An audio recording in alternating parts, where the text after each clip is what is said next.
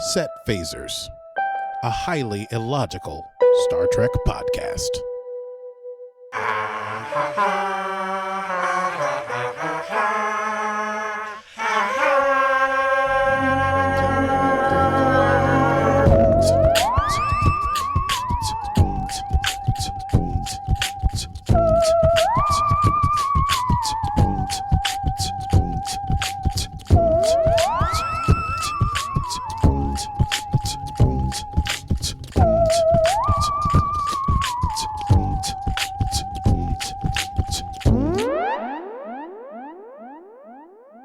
Well, good day, Mr. Bermise. Happy Easter to you.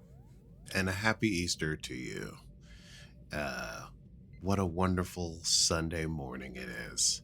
And don't you sound gravelly? Well, this is not only the first person I'm speaking to, it's the first thing I'm doing, period. I have not even had coffee. So I'm just gonna do the usual thing where my voice warms up through the show. Okay. But yes, what a beautiful day to discuss the antepenultimate episode of season 3 of Star Trek Picard. Anti-penultimate. I love that. That's right.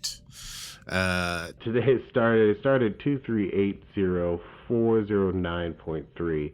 And we're talking about Star Trek Picard season 3 episode 8 entitled Surrender. Which has quite a bit of surrendering style things in it.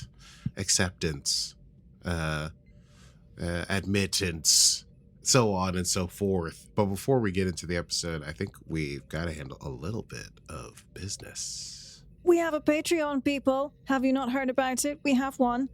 We would like you to join in our continuing mission as we discover all things Star Trek, as we have Zoom hangs and watch parties Aki might cook from the Book of Neelix, and so on and so forth. But you can't do any of that with us unless you join us at patreon.com/setphasers. That's setphasers.com. Well, actually, no, it's not. It's patreon.com/setphasers. But by all means, do check out our website, setphaserspodcast.com. You could also go to the website, but you should really go to the Patreon. That's where the real jazz is happening. Yeah. Well, why don't we talk about what's going on in this episend? Does that mean? Should we run it down? Yeah, let's run it down. Let's run it down. It's time to run it down. Can you run it down for me? Talk about Picard now. Run it down for me.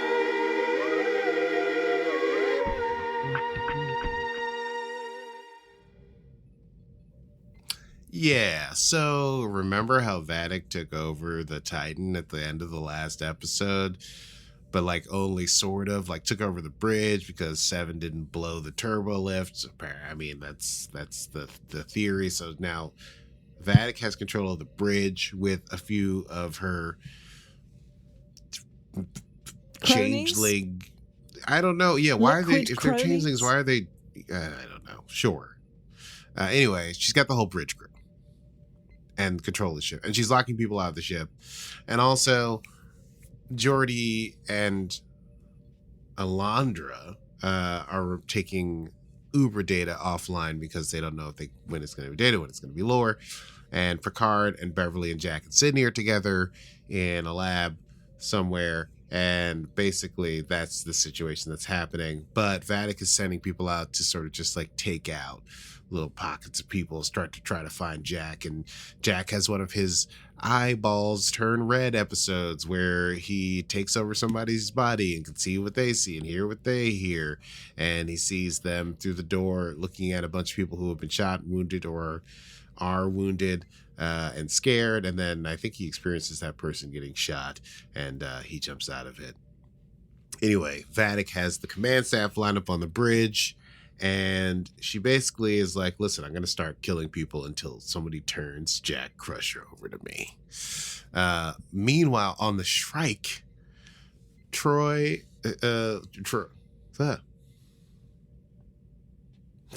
Sorry, don't know what happened. That's all right. We have sensitive buttons here. Meanwhile, don't we all? Meanwhile, on the Shrike, Will and Deanna are still prisoners on the ship, but they're spending their time as people who have been prisoners on ships probably so many times. They're like, well, this is a great time to catch up and do some small talk. Troy does say that she can't really sense most of the changelings, but she can sense that Vadic is full of anger and vengeance and all that stuff. And so we now know that they're there, and the two ships are in the same. They're still in that junkyard from last episode. So Vadic gives that ultimatum again and basically says if Jack doesn't turn himself in, then every 10 minutes she's gonna shoot somebody, kill somebody basically on the bridge crew. And Jack is thinking he can take back the ship by maybe connecting to people. So Picard tells him about this override code, and he goes into one of the people on the bridge using his talents now without even being able to see who they are. He's truly coming into his own, and he almost gets the override codex in, but Vadic catches it, and she realizes it's Jack because she knows about these powers. Dun, dun, dun. And so she then, after toying with people for a while, executes Lieutenant Devine, causing great consternation for everyone, including 7 of 9 and Captain Shaw. Meanwhile, Riker and Troy bond over basically like their misunderstandings of each other over Thad's death and how they maybe didn't trust each other, but now are learning to trust each other again, and Riker's experience in the nebula and Troy's experience as a counselor and so on and so forth. And then they also bond over the fact that they both hate Nepenthe. They both hate that house. They don't like how isolated it is. They want to go back to a city. And they're just so happy that they want to do that. Troy also mentions, I feel it is important to say, Roctagino lattes, which if we ever do a Cooking with Aki segment, I will be making said. Let's see. They are embracing each other over this newfound understanding of one another when they are come upon by one of the changelings, who is immediately killed by none other than Worf, who is shown up to save them. And then there's a wonderful moment of their reunion, and also Worf praising Troy, making Riker somewhat uncomfortable with how praiseful he is of Troy. And anyway. It's as poetic it would be an understatement for Worf's language regarding Counselor Troy in that moment. Meanwhile, on the Titan, Picard realizes that they're going to need data if they're going to take back over the ship. So they go to find Geordi and Alondra. So now you got Geordi, Alondra, Picard, Beverly, Jack, Sydney, Geordi, Uber Data all in one room, and they got to get Data there because he's the only thing fast enough to sort of hack in and take over the ship. And the issue is that there's that partition between Data and Lore, and if they dump the partition, then Lore is going to take over Data, but they have to do it, so they go ahead and do that. Meanwhile, on the Shrike, Worf brings Troy and Riker to meet Rafi, and they see Picard's remains, and they realize that the changelings didn't want all the remains. They only wanted the parts of the parietal lobe that were concerned with Picard's Irumodic syndrome. What the hell is this about? But before they can really dig in, they have to just download the database and run for their shuttle. Jack, to buy time for hopefully Data to do something, goes to the bridge of the Titan with what is perceived to be a bomb in his hand. Inside the Lore Data universe, Lore is devouring Data, and he's taking all of Data's memories. And Data is starting to shut down. Jack does get Vadic to sort of give up the hostages. He hasn't locked them away, so at least they're not being... But 7 decides to remain behind. Data begins to surrender to Lord's devouring of him and starts giving him various memories. In the end, he loses all of himself, down to at last Spot the cat. And then once Lore thinks he's got it all, Data comes raging back because he knew that Lore couldn't resist holding on to these trophies that he loved so much, that he coveted so much of Data. And so by doing so, they have become Data.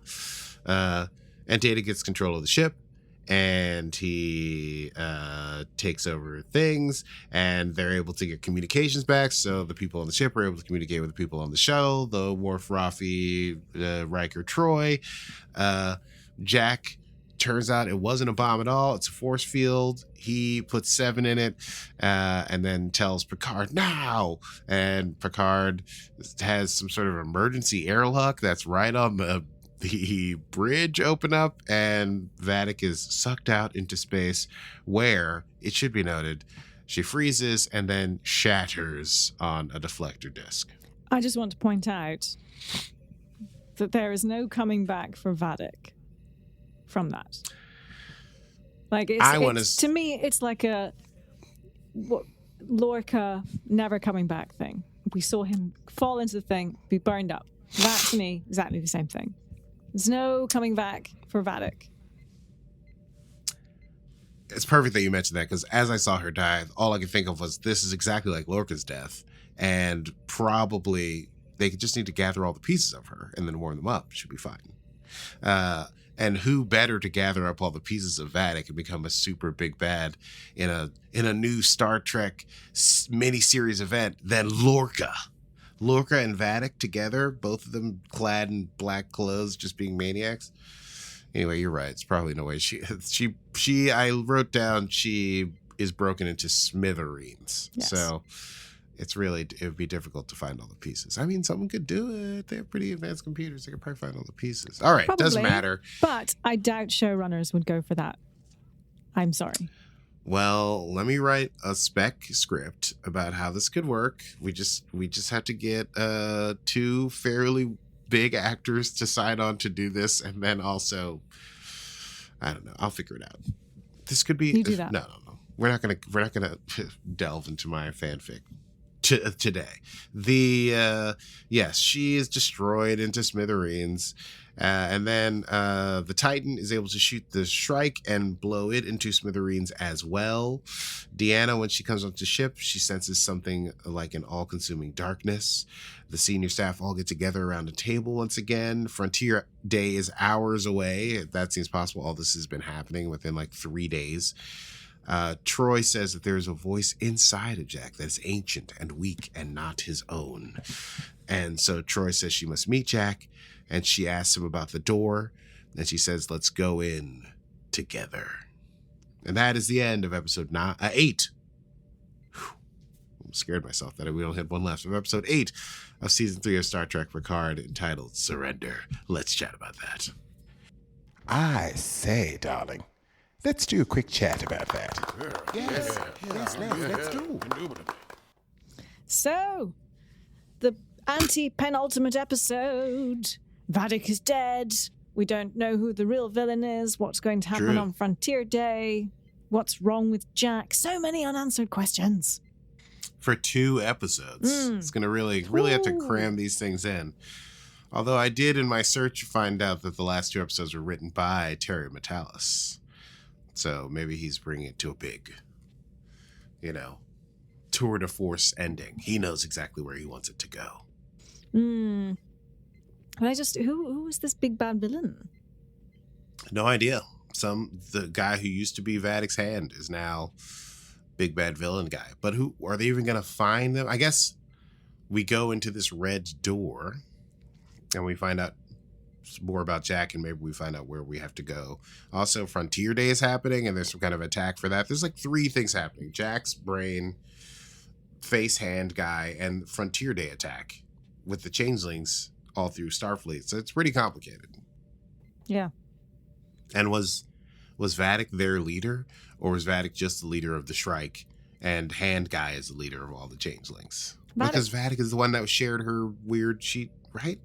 I think Vadic was the pawn that was just making it happen. She was the minion. But she's the one who was able to turn the changelings into the kinds of changelings they were. Yes, but why is she so terrified of this other possible changeling? We don't know that this other person is a changeling. We just know that they're talking through her hand flesh, which is gross. Through her hand flesh? Yeah. So it's not, it could be anything. Another, like, wormhole anus.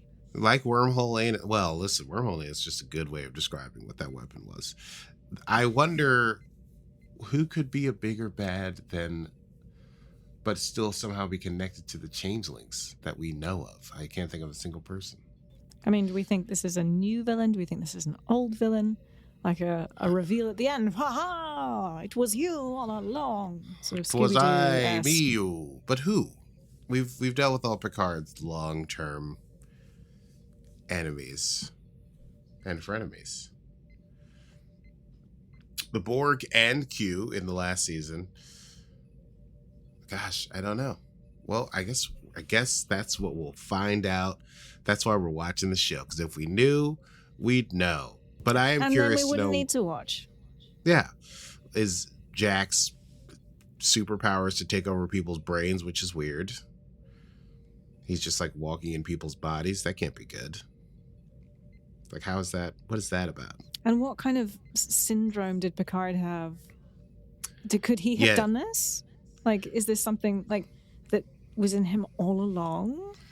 Picard The could have. sleeping gene? Yeah. And you know, Vadic does call Jack baby boy when he comes on the bridge. So I wonder if there's some kind of weird connection between the changelings and Jack and the Irmotic syndrome and hand meat guy and Picard and Beverly. Was there a body swap? Was there a baby swap? Ooh, that's called the changeling, isn't it? I don't know. It is, yes. In the old fairy tales, you'd have the changeling baby would be swapped out by some eldritch fairy right before a baby was given birth. You'd a pregnant woman on the mortal plane. Let me just push up my glasses. A pregnant woman on the mortal plane, right before she gave birth, a fairy would come in and like swap out her baby for like a fairy baby. They called it a changeling. And what mythology is this? I don't know, general European fairy tale mythology.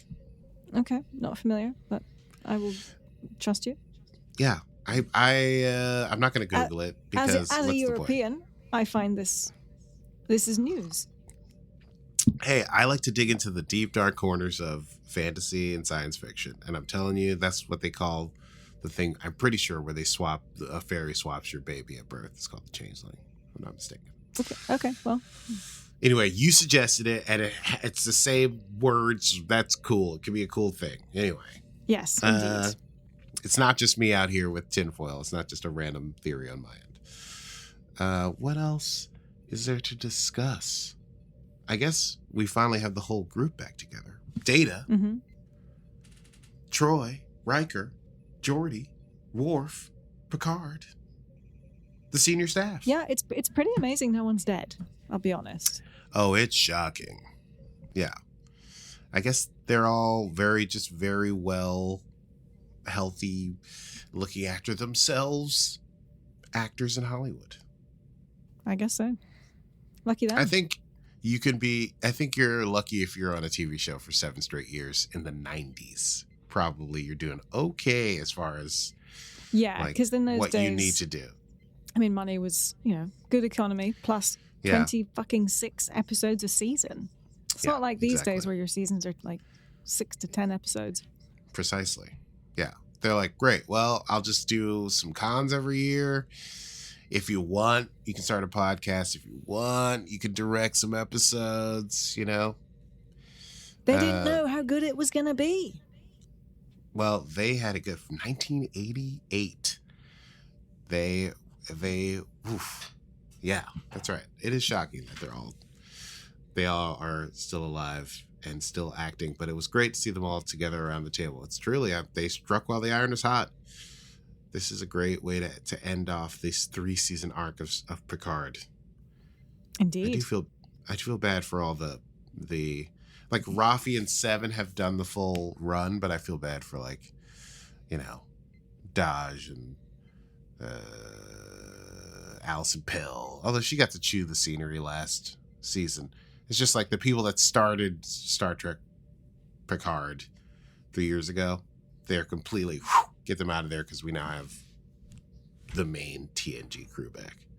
Well, I mean, maybe that was the goal all along, but you needed to get it there. You just give it some legs of its own, not just be a nostalgia run.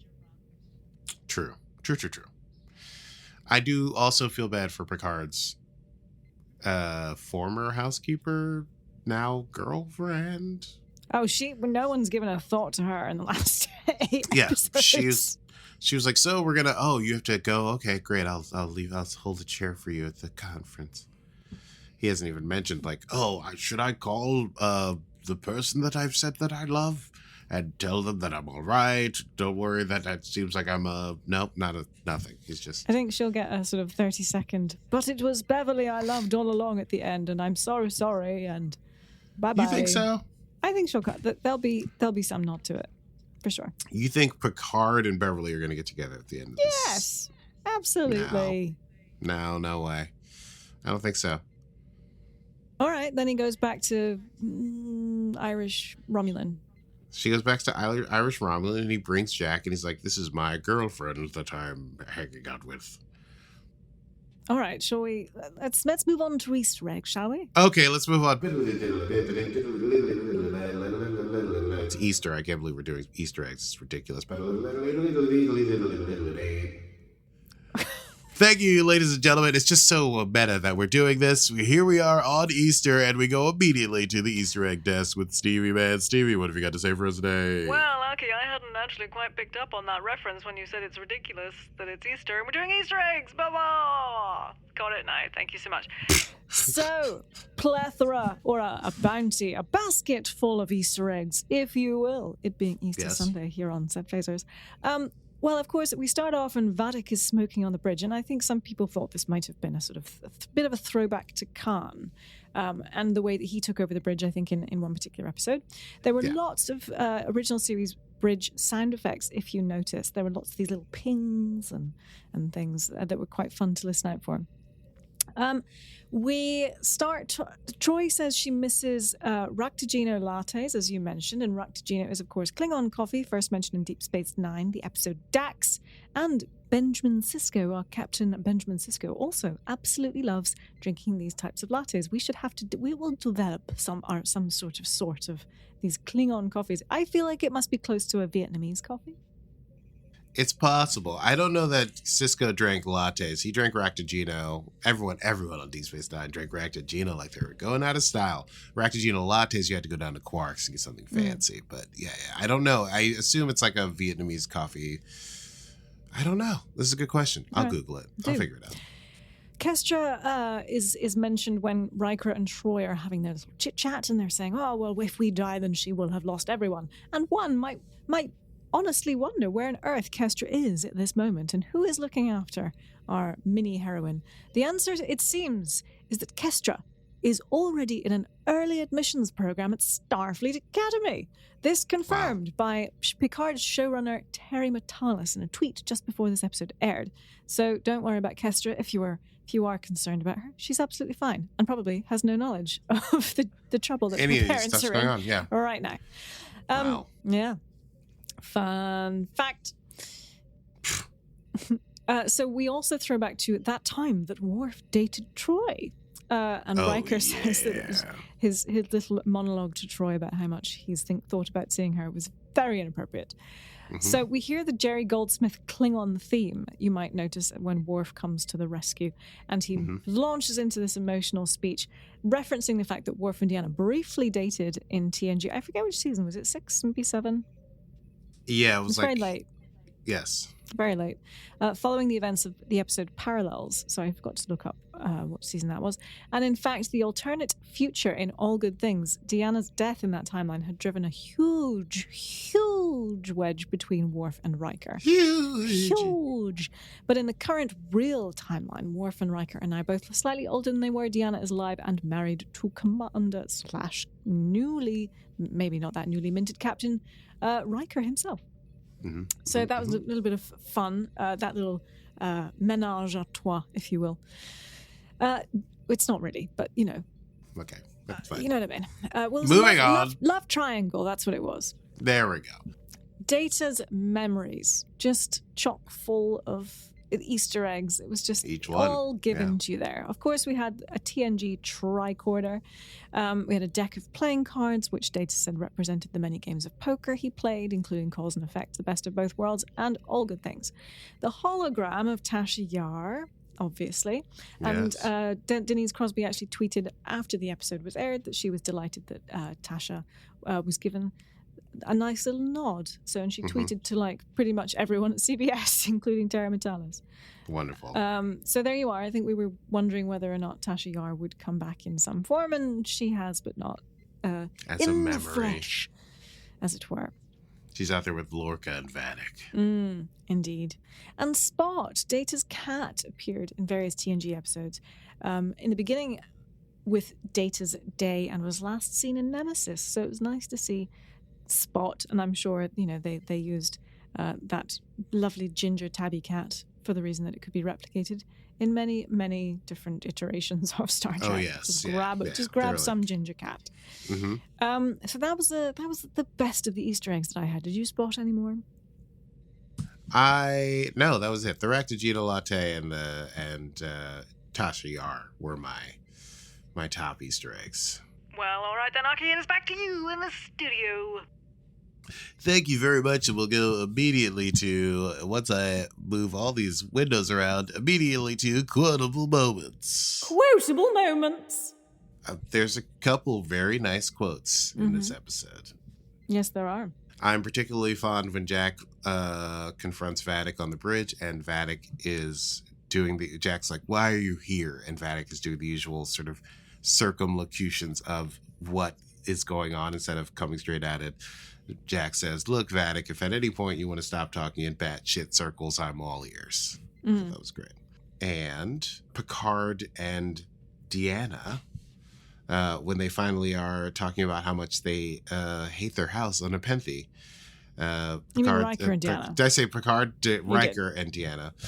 Riker says, that house, it's like it was designed by... this is what Troy says. The house, it's like it was designed by a cabal of retro prairie hipsters, which... I think she said hippies, didn't she? I think she said hipsters. Did you say hippies? I thought she said hippies. Maybe I did a thing. Wow, maybe it's hippies. Maybe I hate hipsters. Anyway, I was like, wow, real slam on those season 1 writers. And then Riker says, even the way the front stairs groaned at me. And then Troy says, it's a very judgy foyer. Yes. Very sweet. Very sweet. Did you have any particular... I had a couple. They were sort of less, full lines than anything else. But when Geordi and Picard are chatting, and he says, "Oh yes, you gave me that bottle of dry wine or something," and Picard, looks a little bit bothered and says, "Well, your understanding of wine is pedestrian at best." Yes. No one seems to like those Chateau Picard. Like, Worf doesn't like him, Geordi doesn't like him. Who likes that? I have heard it's actually quite good, and we must. Oh yeah, we must have some. Deanna to Riker. They're talking about the changeling who impersonated him, and she said, "How did you know it was me?" And she said, "Well, he was good in bed and bad at pizza." Oh. Or something like that. I think that was that. That's what she said, and he said, "Oh, just like me." And she was like, "Well." I don't know. Just like me, good in bed, bad at pizza. I liked it when Data was referring to Vadic and the changelings, and he said they're monologuing protoplasms, which sounded something a bit more like out of Ghostbusters than Star Trek. A very lore-esque. It was very lore-esque. So maybe that's where lore is sort of there too. That's a very lore line. It's a very lore line. I have that full thing written out. Greetings, USS Titan. This is your friendly positronic pissed off security system back online. Unwanted guests and monologuing protoplasms. I am initiating an immediate shift change. That was very nice. And then finally, Vadic, as she is sucked out of the emergency airlocks, she merely says, "Fucking solids," and then is gone. Was that the best parting line? I mean, it just shows that she's like, God, I loved it. Yes. It could have been like, "You will hear from me through your dreams, Picard." Would have been more like, if she had gone like Shakespearean or something. But I like that she was just like, ugh, this is it. I lost. Fucking solids. Practical. Indeed. Is that all we have? Yes. So let's move on to next time. Let's. Next time on Set Phasers.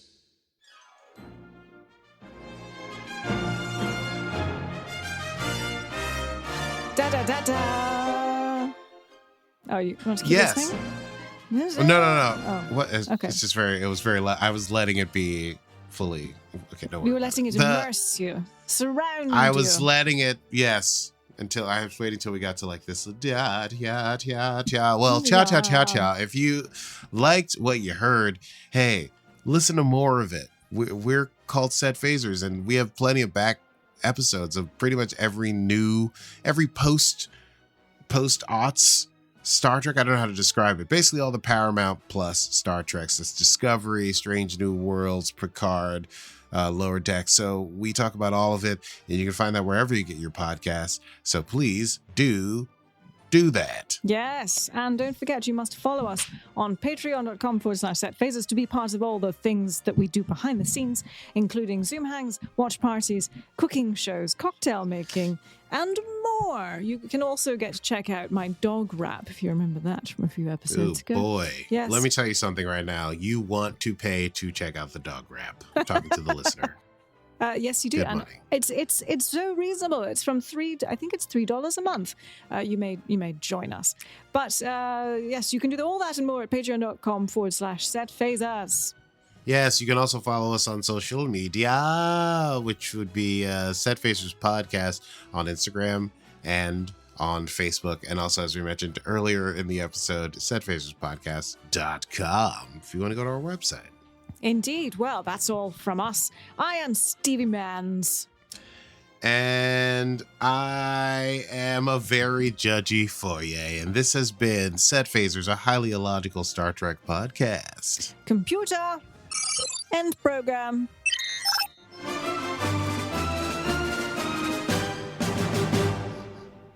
It's so... Okay. Just stop it. It's so... Did we do it? Yes. Wonderful.